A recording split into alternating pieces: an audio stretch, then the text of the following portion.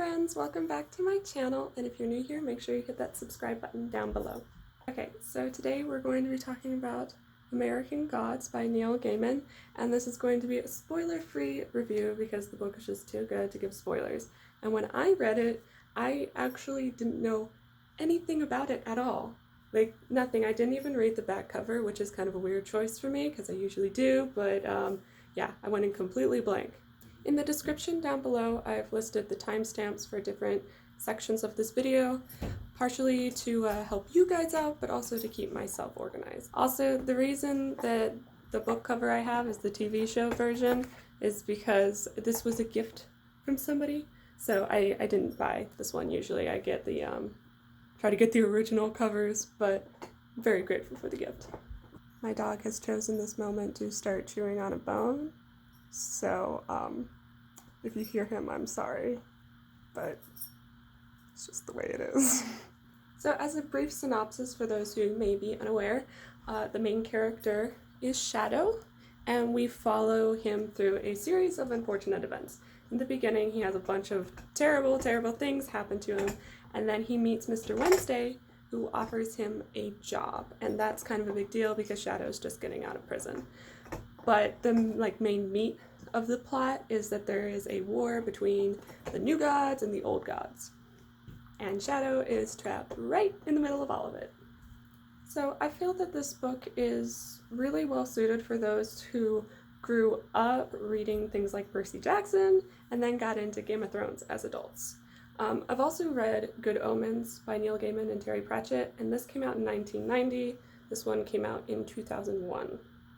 So Good Omens is definitely geared towards a more general audience. I mean, both adults and middle schoolers alike can get a lot out of this book, but American Gods is very much more geared towards adults. Like, I don't even know that I would recommend it for high schoolers, maybe high school seniors, but in general, I would say to stick to college-aged and above. The thing with American Gods is that it has a lot of graphic content, both in the violent and sexual natures, and sometimes both at the same time.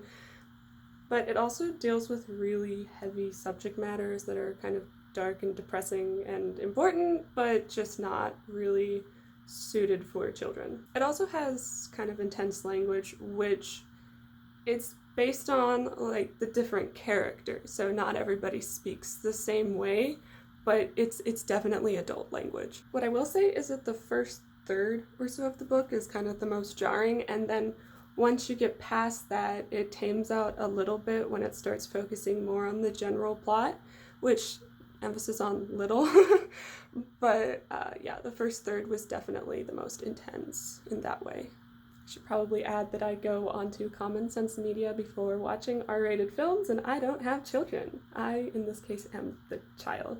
So just putting that out there. So at the beginning of the book, and like I said, the beginning was a little bit much for me, I was like, well, this is a good book, but I don't know if it's great, you know? And then I got about halfway through and I was like, Neil Gaiman is a genius. Like, he's brilliant. Again, no spoilers, because it's just too good to give you spoilers, but the ending is fantastic. He does the foreshadowing for everything so well, where by the time you get to the end, you're like, oh my god, that's what they were talking about here, but not in a way that gives things away, or it just comes out of nowhere. Like, it's really well done. And he has both great symbolism and a great story, which I've noticed sometimes authors can do one or the other, but not both. I read a book recently where the author tried to throw in a bunch of symbolism and get a certain message across to the readers, but what they ended up doing for me is taking away from the experience of the surface story while they were trying to add depth. So I didn't jive well with that, but what Neil does is just brilliant because the surface story is great, and then there's just layers of deeper meaning to everything. This was an excellent book, and I gave it 5 stars on Goodreads, and I don't normally do that. But it was just so good, and at the end, I was like up in the middle of the night trying to finish it, trying to get to the end. Each page turn was like a roller coaster. It was fantastic. As for random tidbits of what I realized during the story. My first thing is that I love Shadow. He's the main character. He's great. Usually, the main character isn't like my favorite, especially if it's a dude. But I loved Shadow, and he was so chill. Like, the world is falling apart, and he's just like, okay.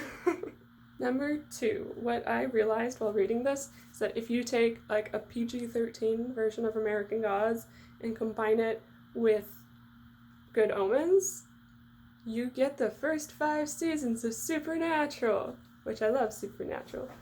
But these books came first, and I know that the myths and like obviously the Bible are public domain, but sometimes it was too obvious how close these were. Like, really specific. Eric Kripke, I'm looking at you.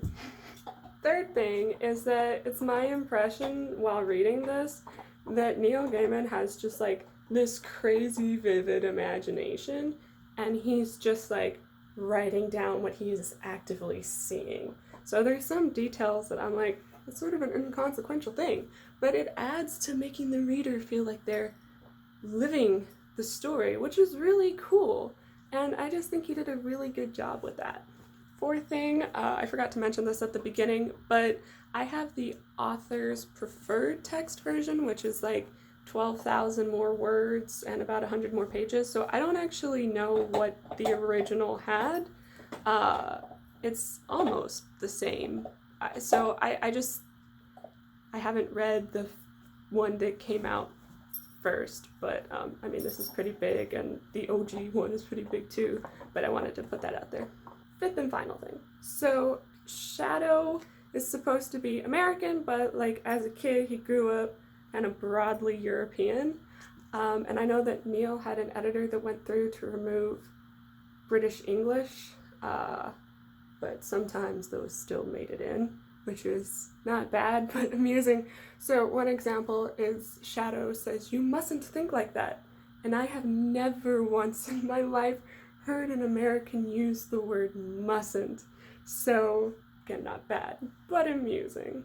So there you have it. That was my brief review on American Gods, just giving you guys my thoughts on it. I've been meaning to do this for a while because I loved the book, so I really wanted to share about how I felt, because it was great. So I highly recommend it. Just don't give it to your middle schoolers, please. Sort of like Deadpool is a great movie, but don't take your children. It's good. Just wait.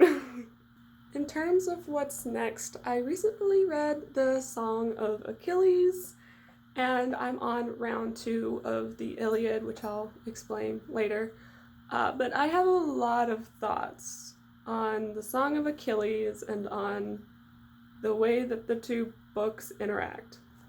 Like, a lot of thoughts. However many thoughts you think that I have on it, I have more. So that's what's next. Remember to like this video if you liked it.